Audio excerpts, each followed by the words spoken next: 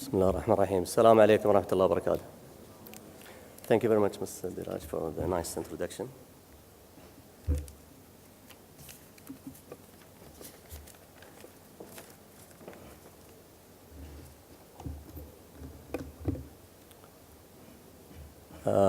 Ladies and gentlemen, today I'd like to share with you our experience from UAE. Rather than talking in depth in BCM, I selected to talk about our experience, and that will probably be more beneficial for our neighboring countries or regional countries, not to follow, but just to benchmark and see if our experience is useful, maybe learn from our mistakes we did, and I'll be happy to, of course, answer any question or inquiries after or during the panel discussion or even after that. My email is there in case of any communication in future. I'll start with the background. Before we start everything, that was almost, I'm talking about 5 years ago from now, when we started. There was no parent agency to host the disaster management. Obviously, the MOI, or the Ministry of Interior, is taking care, civil defense is taking care. They have disaster management in their mandate. But when we talk in general and a huge disaster management, then you will definitely need all the resources in the country to join together under one umbrella and to be centralized to properly address and direct the assets to where it is needed. And somehow this will be related to business continuity, obviously. So at that time, NCEMA was formed in 2008, but at that time it was only a few people with good background experience to put together what is going to be the shape of NCEMA. NCEMA is National Crisis and Emergency Management Authority, for those who don't know, who never heard of it before. And it's similar to like the FEMA in the United States or the COBRA in UK and some other countries. So starting from that point, after initiating or establishing NCEMA, myself and my team, we started looking or concerning about business continuity. Obviously, that was one of the topics always flashing and coming in our minds. In this region of the world, you know that there are certain services that we cannot afford losing them, not even for a day or two. That's why to assure those critical functions still running during emergencies is a critical task. We looked at various standards during our journey, starting from obviously the most famous is the 25999, going to the Singaporean standard, the 540, the Australian New Zealand, which is one of the good standards as well, 50/50. Last thing we looked at also, not last thing, but one of the interesting documents we took a lot from is the NFPA 1600, which has nice technique in explaining and laying out the process of the standard itself. The concept was used or is used here, especially with people with a military background, is the Plan P concept. Like if you have electricity problem, then you will tackle only electricity and you will have generators just to replace that electricity. Well, it is true. That's a BCM. That's why you have a spare car in your tire. It's a BCM. End of the day, it's a BCM. But the BCM expertise around the world, long time ago, more than 5 years ago, definitely, before we started, they gave a lot of thought and studies, and they reach a very sophisticated methodology to put together and study and analyze the agencies in order to come up with a proper plan that can fulfill all your requirements with the minimum level to assure that your business is continuing, whether for a private sector or business or government. At that time also, we did not have a lot of vocational training to have a BCM. There was some few companies who's doing it. And as we all know, the financial sector is much more concerned about, when I mention financial, obviously IT is right there from day one, but also financial sector cannot afford having a blink of an eye to lose their systems during their operation, because that will cost them a lot of money and a lot of complications, and things will just go chaos. That's why you can see most of the, or majority of the financial the agencies are there, and I can see Bank Muscat is one of the sponsors, and that's one big evidence that financial sector is really heavily involved in this in BCM, and they would like to assure that their business will never stop or interrupted. Educationally, at that time there was no educational, in UAE I'm talking, to learn or to go for schooling, but I would like to tell you today, and in very soon, in process at least today, there are several universities and academy implementing and embedding several courses specifically for BCM and generally in disaster management. And very soon you will hear announcing, I think during 2012, there will be a huge announcement from a huge organization, educational organization, to announce about their programs. What I meant by the globalization requirements is mainly the supply chain, and I put it there in bracket just in case the question raised, why would you say that? If any company or any agency or any investments bodies coming to UAE, obviously if they used to have BCM or they are already BCM oriented, they will need national resources from the country. And if those national providers or service providers, they don't have BCM in their chain, in their facility, then they will make you fail. Okay, I am a BCM certified, I've got all my gears on, I have the plans and I have everything, and then I privatize some of my services, obviously, because I'm traveling far away from my country. So I'll take from the local market some supplies. And if those suppliers are not BCM, they don't have BCM program, then their failure will affect me, and then I'll not be functioning properly.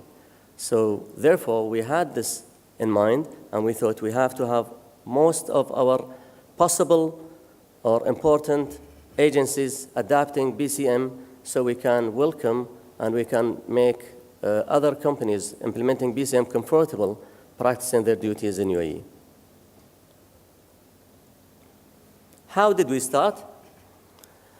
First, I remember in 2008, there's an authority called ADA, which is Abu Dhabi Audit Authority. And I have to mention the name of Mr. Richard Taylor, who was one of the auditors, and he's not here today, but he'll probably hear tonight. And he mentioned that in his report, and the audit was not only financial, but obviously, as you know, it includes several aspects. One of those boxes to be filled is BCM. And he came to a result where he said more than 85% of the boxes not been checked from agencies in BCM. So that was a good indicator, and in fact, that was good push for NCEMA, as long as it is already established, to adapt and establish BCM program. And we believe that an organization similar to NCEMA everywhere in the country, everywhere in the world, take the lead mostly in such topics. So that was the start to give us a ring to establish NCEMA, and myself and my team, I've selected my team, and we dedicated ourselves, and we were lucky to have a Director General who supported us fully in this field. We attended a lot of seminars around the world. Of course, you know the London Convention every year, and there is another one in Canada, there is another one in America, and there are several courses and training providers everywhere in the world. So we dealt with them and we educated ourselves, because we believe education is the key for any project. If you're educated and you start with good background, then you can grasp and adapt much easier.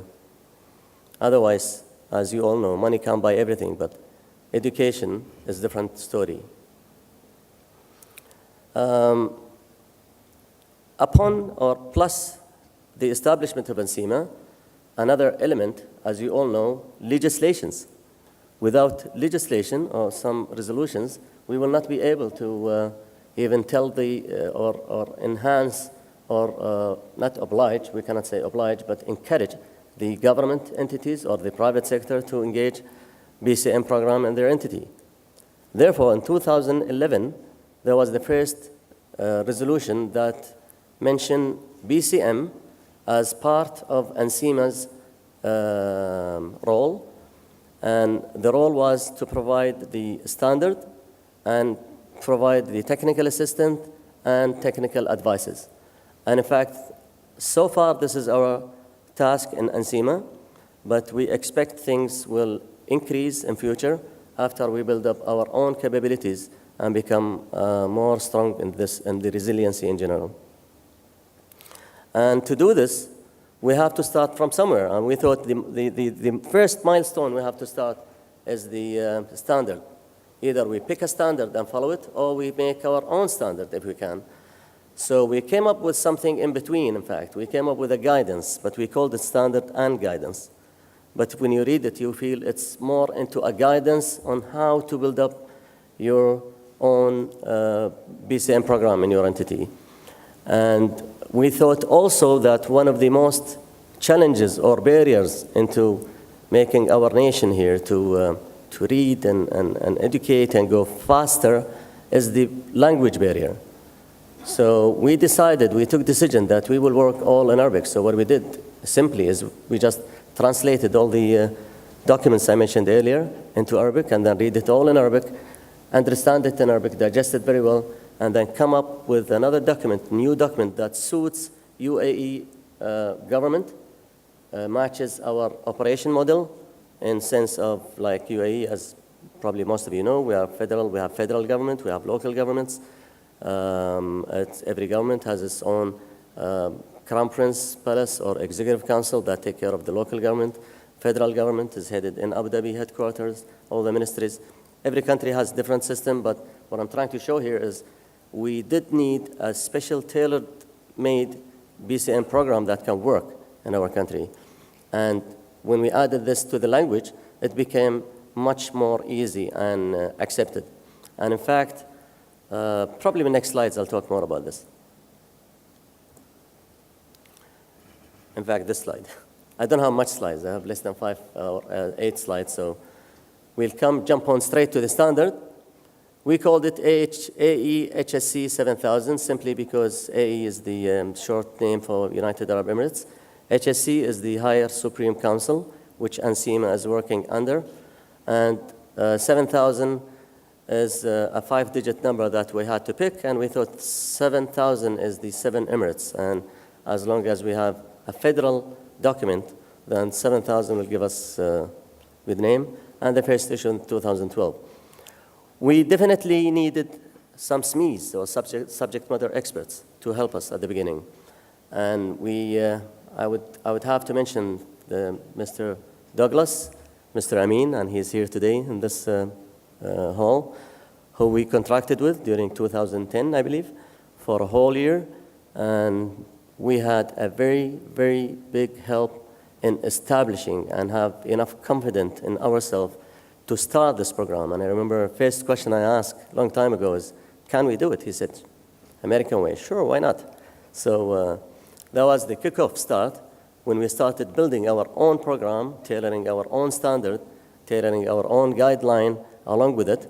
And we made it so comprehensive that you can have the whole idea starting from risk management, risk assessment, and going on gradually to the specific terms and special BCM elements, etc., etc.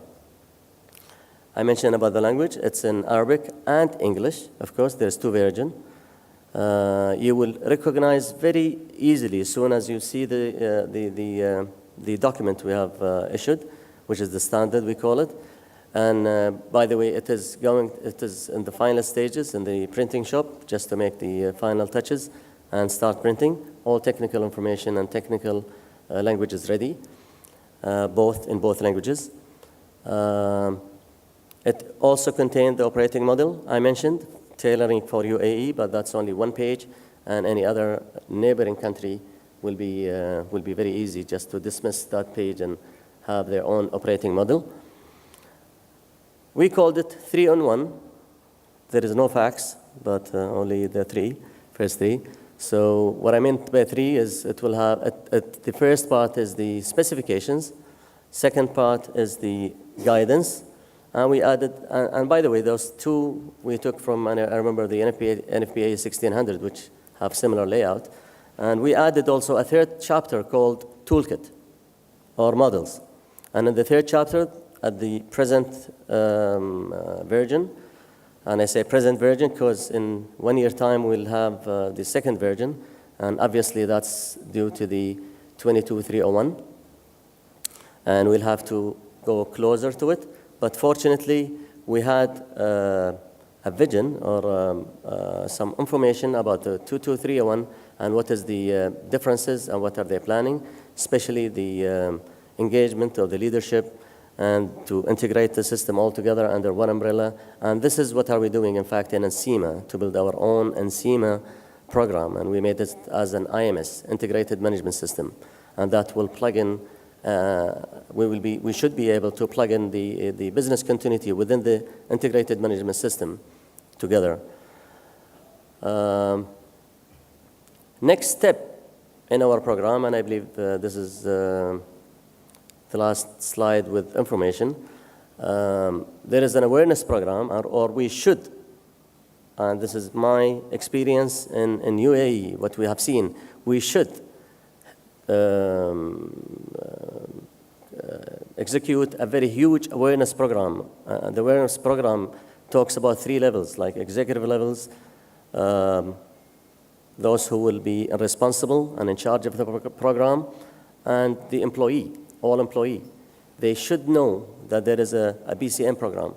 Although they do have, or they did have something similar in the past, like Plan B thing, but to talk about BCM in general and what is BCM and why do we need it, to achieve the buy-in from the higher admin or the owner, the business owner, then you have to really show him the benefit of the BCM, what he will get at the end of the program. Talking about UAE, then of course we're talking about federal government, local government, and private sector. With the private sector, we already signed an MOU with the Chamber of Commerce to help them implement the business continuity program through the critical private sector entities. Standards spread out, and we are in process. As I told you earlier, by 2-3 weeks, probably, we will have it on the shelves, and there will be hard copies distributed all around the government and some private sectors. Qualify some people or expertise from the government. I think this is very important, and this ties into the first concern, which is awareness and education. And in my belief, this is one pillar in this program, is to educate and qualify government officials into business continuity, same with the private sector, same with any organization that like to adopt BCM. Education, education, education. It's the key. It's the start. Otherwise, it will be really hard. And I apologize for those who came from countries with an advanced BCM system in place, but I'm trying to address more into the Middle East and people from Middle East as this Middle East summit, and share our experience with them to engage and to encourage them into going into BCM. In fact, one of the visions from our leadership, there is a vision, there is a 2030 vision for Abu Dhabi, and there is 2020 for UAE. And this vision contains UAE resilient country. And this will be our aim, is to make not only the private sector and the government sector, but also the community. There is nothing wrong to have a BCM program in your own house. Just having 2 cars in your house, one for you and one for your wife, is a BCM by itself. Just to have a spare car in your car, as we mentioned before, is a BCM. So even in your house, in your own house, you can have BCM. You probably need a box of some emergency toolkit, Some people call it, I think, Go Pack in Canada. In Canada, they have a nice program called First 72 Hours. And I tied it into this program to BCM. I call it BCM, in fact, although it is for emergencies and emergency response. But at the end, regardless to our thinking, we are talking about resiliency. We need resiliency, and resiliency is the big umbrella in my personal opinion. Some people like to say BCM contain everything. I've heard today, and I've heard even earlier in other seminar and conferences, that with BCM you will have to start or go through all the process from risk management, mitigation, et cetera, et cetera, et cetera. Some other people with huge background in emergency response or emergency management, they will say, hang on a second, BCM is only a small part which start from the response, from the bottom of the circle to the 3/4 of the circle during the crisis happen till recovery, full recovery. That's when BCM take place, only in this quarter, down left. But I believe also the same, my personal opinion, yes, it works in that place, but you cannot ignore these parts. So if you will start, if you don't have a background about emergency, if you did not practice any emergency program in your organization, then obviously you will have to go through the whole cycle. You cannot just take business continuity bit and start with it. Otherwise, you will do a lot of unwanted work. I hope my English is good enough for you to understand what I mean, and because some points really need more explanation, but due to the time, I cannot expand a lot. Building actual capability or infrastructure. What I really meant by this word is, okay, it's fine. You can make your BCP, business continuity plan, and it's beautiful, state of the art, or contract with people with expertise and have a very nice business continuity plan that can really make you not interrupted, never interrupted. But what about your actual capability? Did you really? And what I mean by capability, in fact, again, people. Do they know what they mean? Will they help you when you really, in case an emergency? Do they know? Did they practice? Did you have your extra asset in place in case you needed a redundancy location or an extra location? Did you make an arrangement for that? You probably don't need to have extra building.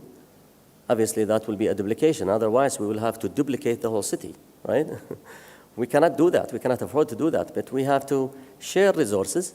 And there is several options. I'm not in a position to show the options here, but there is several options to tackle all the elements of the business continuity program.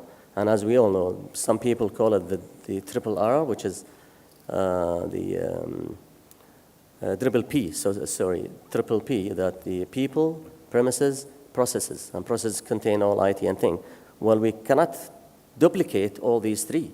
Maybe the building, we can have some agreement, like in UK, they use real estate agencies that can always make spare places ready to use by several agencies in case, because impossible to have different location with the same emergency.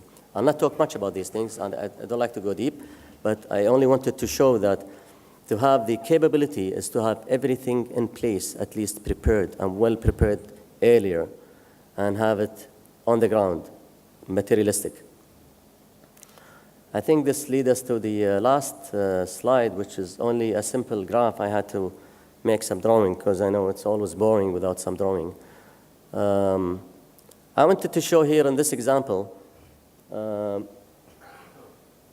it might be a little hard without a laser pointer, but the 100% and earlier and backwards from that is where your operation is going smoothly on 100%. Day one is when the incident happened. So you expect sometime it's a fire or sometime it's gradual electric failure. Oh, thank you very much. Okay. So this is the starting point. I prefer without it. This is the starting point, and then your business dropped immediately by day two or end of day one, to 0, because you don't have BCM in place. So obviously, if your building, let's say, on fire from the first floor or second or third or last floor, and the fire is spreading or flooding or any type of emergency, of course, for BCM, we don't care about the cause as much as we care about the effect. Is it on effect on the building or on the people or on the process? So no matter what it is, assuming your business will go drop to zero, and then you will have to make a recovery, which is in the circle of emergency, where the mitigation, planning, response, recovery, and BCM, I believe, in this corner.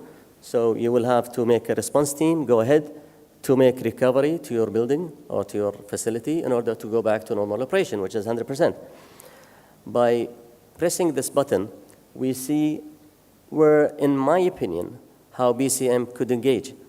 You will draw a line, which is the arrow between the 20 and 40 on the left side, assuming in this case maybe somewhere around 30, 35%.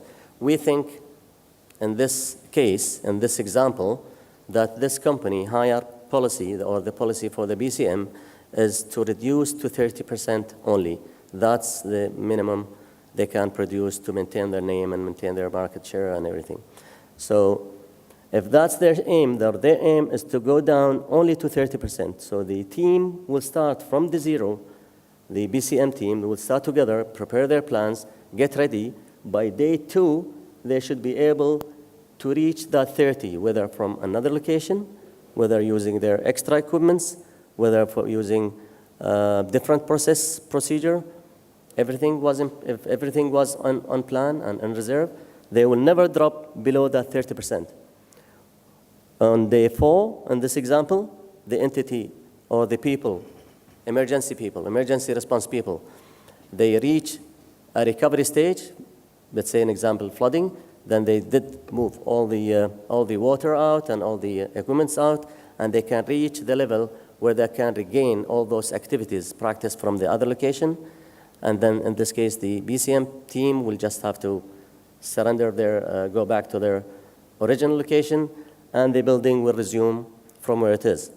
I'm trying to show with this drone, I know it is very simple drawing, but I believe it is for me and for people with to know the whole picture of BCM, this was the best I could have done. And by this graph, I conclude my presentation. Thank you very much for being here, and thank you very much for people who came from outside UAE or outside Abu Dhabi and welcome to UAE. Thank you very much. Thank you, sir, for your wonderful presentation.